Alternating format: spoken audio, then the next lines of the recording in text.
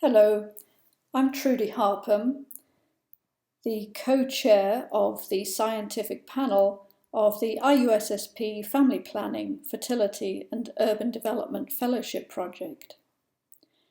This presentation on the policy aspects of the project has been prepared by myself and Tim Thomas, who is our consultant to the project on policy issues. First of all, we're going to go over some definitions that we would like to use in our fellowship project. These are working definitions. You'll often come across different definitions for these concepts, but what's important is that within the project we use clear definitions in a consistent way. We'll be considering policy, the policy context, policy relevance, and policy engagement. First of all, policy itself. It's important to realise that policy is essentially politics. Indeed, in many languages, for example Portuguese, there's no difference between the two words. There's only one word for policy equals politics. By policy, we mean the documented decisions, plans, strategy to achieve specific goals within a defined population. Note that it might not be implemented, so we are interested in both concrete policies and non-concrete policies, which might be commitments or statements of intent. One of the first things we ask our fellows to do is to document their policy context. By this we mean the situation in the geographical focus of your research. It might be several countries, one country, several cities within a country, a single city, several slums, one slum. But we want to know what intersections are there between policies related to family planning, fertility, population growth, and urban development. This requires looking at documents from both sides of the arcs that can link family planning, fertility, and urban development. You might not be so familiar with perhaps the urban development world. The family planning and fertility world might be more accessible to you. So it requires real investigative powers. It's easy to say, nope, there isn't anything, but are you really sure? Have you used your contacts, your resources to look thoroughly? We will then ask you to describe the policy relevance of your work, how your research intersects with and is thus relevant to any policy. It can be an existing policy, a proposed policy, or one that's merely under discussion. It might be that you're doing research that's not related to any current policy, in which case it's important to state that gap that you're hoping to fill. Of course, the reason that we're so concerned about the policy context and your policy relevance is that we hope this project will promote evidence-based policy. A definition of evidence-based government policy can be that governments make well-informed decisions about policies, programs, and projects by putting the best available evidence from research at the heart of policy development and implementation. That's a definition from Davies in 2004. But let's be realistic about this. Most policies are not based on evidence. They're based on politics. But we hope to change that scenario and increase the amount of evidence-based policy. Policy engagement will be important to all the fellows in this project. By policy engagement, we mean your involvement, your interaction with individuals who are involved with relevant policies or who are in a position to do so in the future. Because we are hoping to have an impact on urban development, we will ask you to seek actors from the urban development sector to engage with. We will provide mentors to help you form these active links. Depending on your research topic, you might have policy engagement at different levels, at the community, at the district, typically in this case the city or municipal level, at the national, state level, or at the global, international level. At the global level, there are several important global policy frameworks which you can engage with. There's the Sustainable Development Goals, Family Planning 2020, the Global Financing Facility, the UN Climate Change and its associated panel, and Habitat 3 and its new urban agenda. We're going to briefly touch upon all of these. The Sustainable Development Goals. The key one for us here is number 11, Sustainable Cities and Communities. This is the Sustainable Development Goal that we hope you can engage with.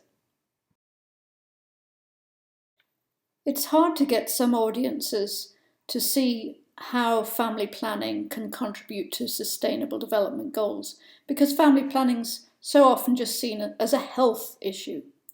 For example, Bongartz and O'Neill in 2018, in their article in Science, said there's a widespread agreement among governments and international organisations that family planning programmes are a valuable investment. But these programmes are often given low priority because they're considered a health investment rather than an investment with wide-ranging socioeconomic and environmental benefits. It will be easy for our fellows to engage with Family Planning 2020. Its goal is 120 million new users of modern contraceptives by 2020. And among the 4 initiatives, 2 are particularly relevant to our project: promoting data use and performance management and facilitating dissemination of knowledge and evidence. So FP 2020, very easy and straightforward for our project to engage with. The Global Financing Facility, or GFF, is perhaps something that not many of our fellows have heard about, but it can significantly increase resources for family planning, so it's important. It supports governments to form investment cases that prioritise historically invested areas such as sexual and reproductive health and rights, maternal and newborn survival, adolescent health, and nutrition in the early years. So it significantly increases domestic resources linked to World Bank, other external financing, and private sector financing. Climate change. How do the fellows in this project engage with climate change? Again, turning to that same important article in Science that was published in mid-2018, Bongartz and O'Neill explained that much of the climate community, notably the Intergovernmental Panel on Climate Change, the IPCC, is largely silent about the potential for population policy to reduce risks from global warming. Though the latest IPCC report includes an assessment of technical aspects of ways in which population and climate change influence each other, the assessment doesn't extend to population policy as part of a wide range of potential adaptation and mitigation responses. So there's a challenge here to link family planning, fertility, and population policy issues to climate change issues. Another important global policy for this project on family planning, fertility and urban development is Habitat 3 and its new urban agenda. The new urban agenda assists governments to address challenges through national and local development policy frameworks, integrates equity into the development agenda, fosters national urban planning, and it helps decide how relevant sustainable development goals, remember number 11, will be supported through sustainable urbanisation. One of the important messages of this presentation is that things about policy and the policy process are not straightforward, they're not simple. So if only it were this simple, this diagram presents a linear linkage between identifying the problem, doing the research, change the policies, create better programs, and evaluate those programs, and producing a kind of virtuous cycle. But life isn't like that. It's not so simple.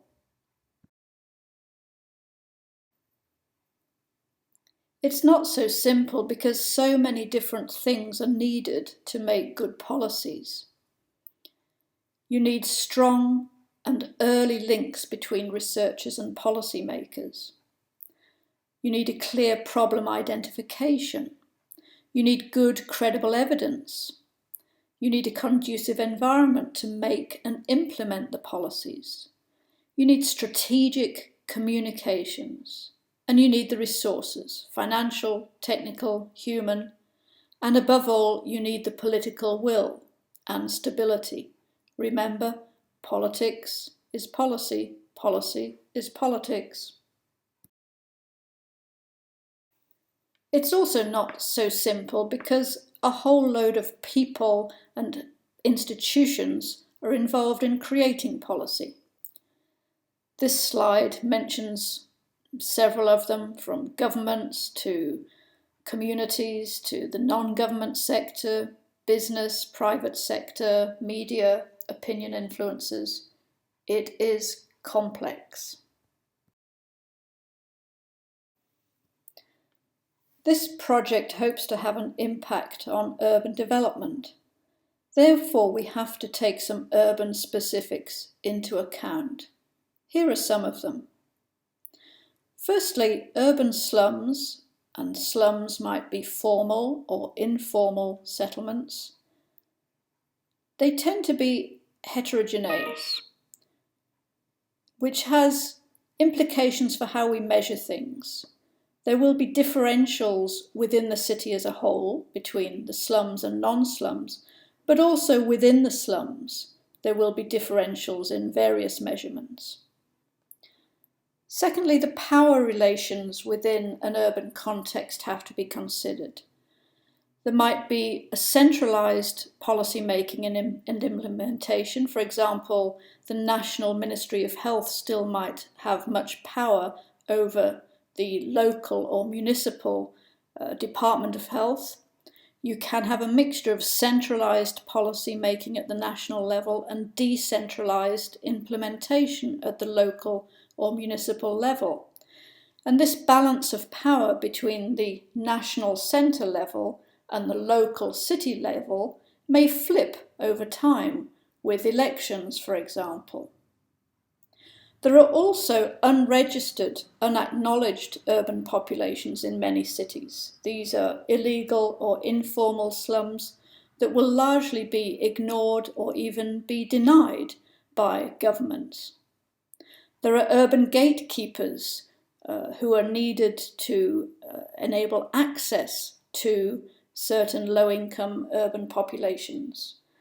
The urban gatekeepers can be members of civil society, members of local government, and they can be both formal gatekeepers, established, acknowledged roles, or informal gatekeepers.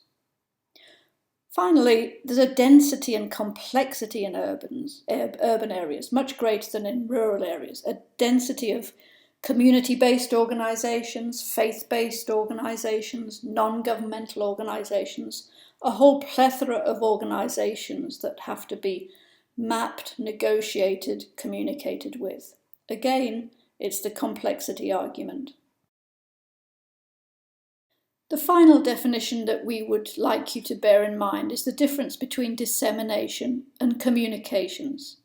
For the purposes of this project, we define dissemination as publishing research findings, sharing with the scientific community, and we differentiate that from communications, which is adapting research language for lay audiences through the use of, for example, social and traditional media, brochures, elevator pitches, etc.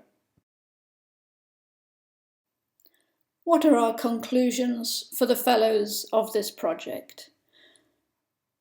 We'd like you to use the definitions that we've presented, use them in a consistent way, in a specific way. We require you to engage with different levels of actors at the community level, the city level, the national level, the international level. We ask you to recognize the urban specificities of your research questions and your research audiences. And we need you to be prepared for complexity.